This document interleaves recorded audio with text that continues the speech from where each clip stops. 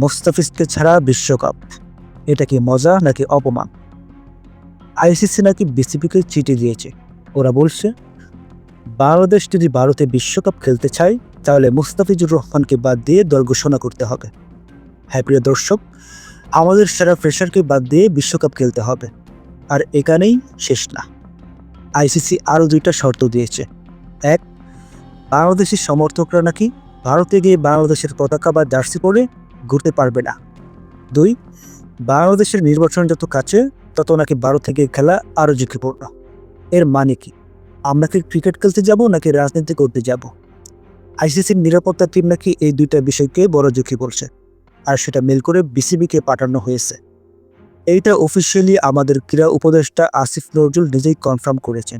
তিনি বলেছেন আইসিসি বলছে মুস্তাফিজ ছাড়া খেলতে হবে, সমর্থকরা জার্সি পরতে পারবে না, আর নির্বাচনও সমস্যা। উনি পরিষ্কার বলেছেন এগুলো অবাস্তব, অযৌক্তিক।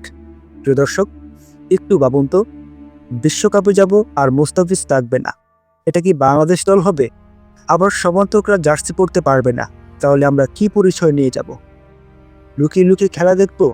এসব শর্তই প্রমাণ করে ভারতের মাটিতে বাংলাদেশের খেলার মতো কোনো পরিবেশ নেই। এই কারণেই তো আসিফ নজরুল আগেই বলেছিলেন ভারতে গিয়ে বিশ্বকাপ খেলা বাংলাদেশের জন্য নিরাপদ না। আর আজকে আইসিসির নিজের রিপোর্টই সেই কথাই প্রমাণ করে দিল। প্রিয় দর্শক, আমরা কষ্ট করে বিশ্বকাপে উঠেছি, আমরা ভিক্ষা করে যাইনি। আমাদের সেরা খেলোয়াড়কে বাদ দিয়ে আমাদের দর্শক জার্সি গায়ে বিশ্বকাপ দেখতে পারবে না। এইভাবে যদি খেলা দেখতে হয় তাহলে সেই বিশ্বকাপ আমরা চাই না।